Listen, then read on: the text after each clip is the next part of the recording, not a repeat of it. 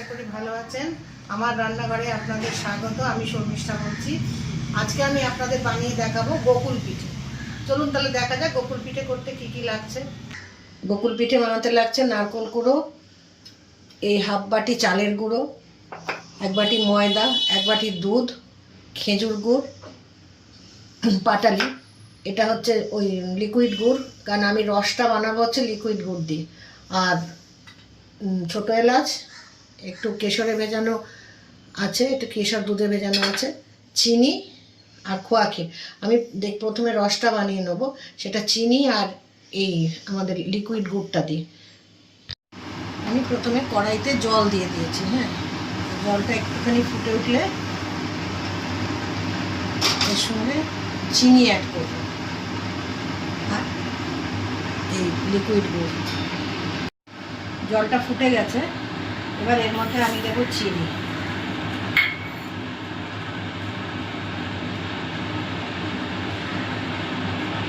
আর দেবো হচ্ছে ছোটো এলাচ, কতগুলো থেঁতো করে রেখেছিলাম সেই ছোটো এলাচগুলো, যাতে এই ফ্লেভারটা এর মধ্যে ঢুকে যায়।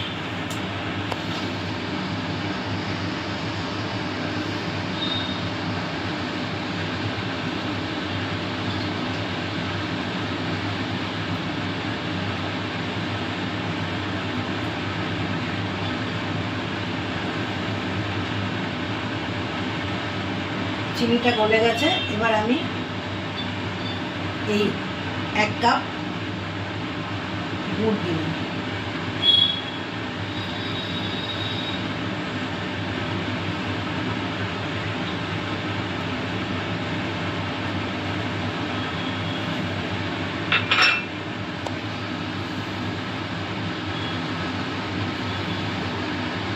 আমি কিন্তু গ্যাসটাকে একদম লো ফ্লেমে রেখেছি।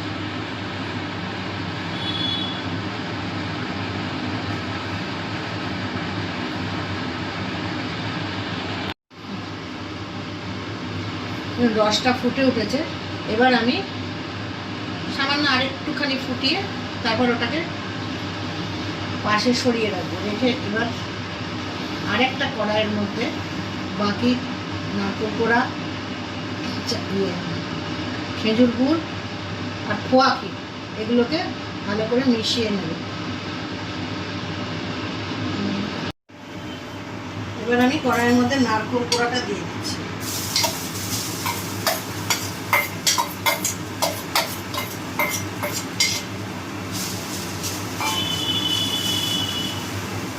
এবার এর মধ্যে দেব গুড়।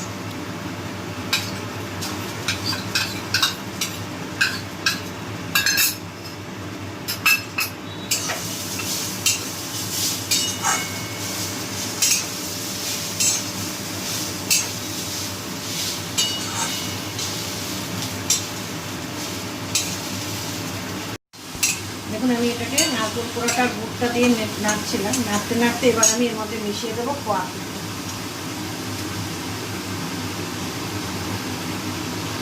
খোয়া ক্ষীর মেশাবার সাথে সাথে আমি এর মধ্যে দিয়ে দেবো হচ্ছে একটু দুধ। আপনারা ইচ্ছা করলে দুধ জল মিশিয়েও দিতে পারেন।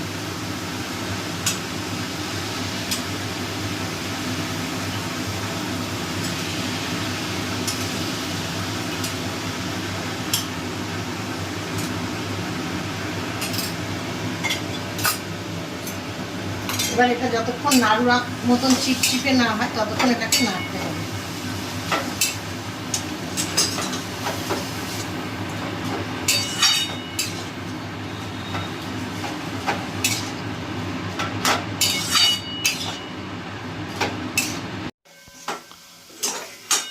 দেখুন এটা চিপচিপে হয়ে গেছে।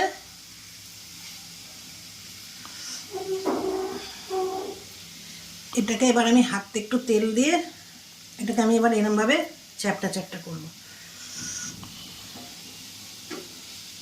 আচ্ছা, গোকুল পিঠে এটা গড়া হয়ে গেছে, এবার আমি এর মধ্যে ময়দা নেব।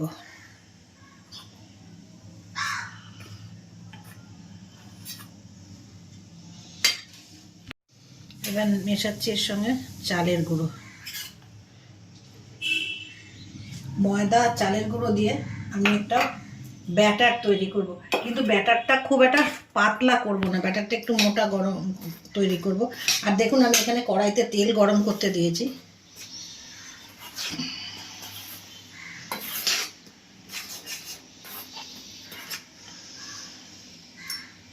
ব্যাটারটা আমি দুধ দিয়ে গুলবো।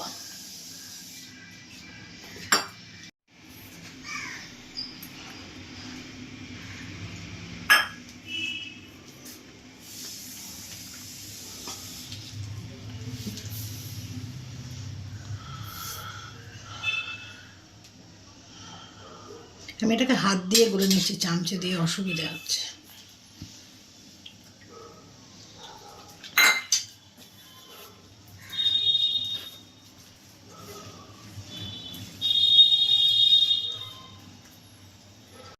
দেখুন আমার ব্যাটার হয়ে গেছে। ব্যাটারটা ঠিক এইরকম হবে, ঠিক আছে? যতক্ষণ না এইরকম ব্যাটারটা তৈরি হচ্ছে ততক্ষণ আপনারা একটু দুধ না চাইলেও জলও দিতে পারেন, জল দিয়েও এটা করতে পারেন, কোনো অসুবিধা নেই।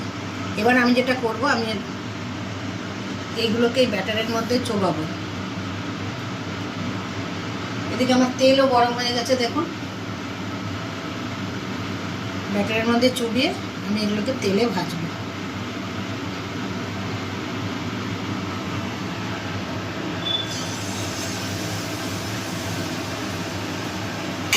যখন এটা আমি তেলে দেবো তখন কিন্তু আমি গ্যাসটাকে একদম সিমে দিয়ে দেবো।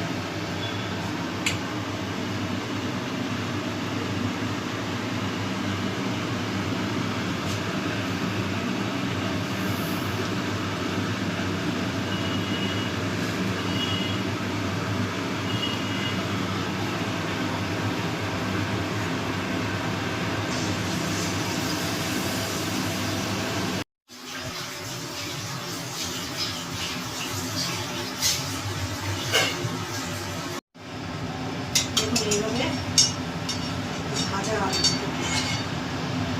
এইভাবে ভাজা হবে বলে এটাকে আমি বসে।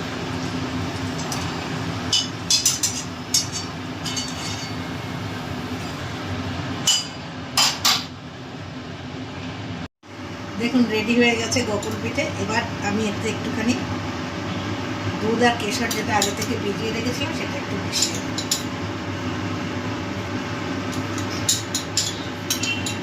এটা জাস্ট একটু কালারটা ভালো আনার জন্য আমি মেশালাম। নাও মেশাতে পারি, এটা যে মেশাতেই হবে এরকম কোনো ব্যাপার নয়, মানে এটা কম্পালসারি নয় আমি বলতে চাইছি। দেখুন রেডি হয়ে গেছে, কি সুন্দর রং এসছে দেখেছেন। এইবারে এটাকে ঠান্ডা করে সার্ভ করতে হবে। এটাকে এখন আমি ঢাকা দিয়ে রেখে দেবো, অন্তত 2-3 ঘন্টা ঢাকা দিয়ে রেখে দেবো, যাতে রসটা আরও ভালো করে এতে ঢুকে যায়। তারপর আমি এটা সার্ভ করব।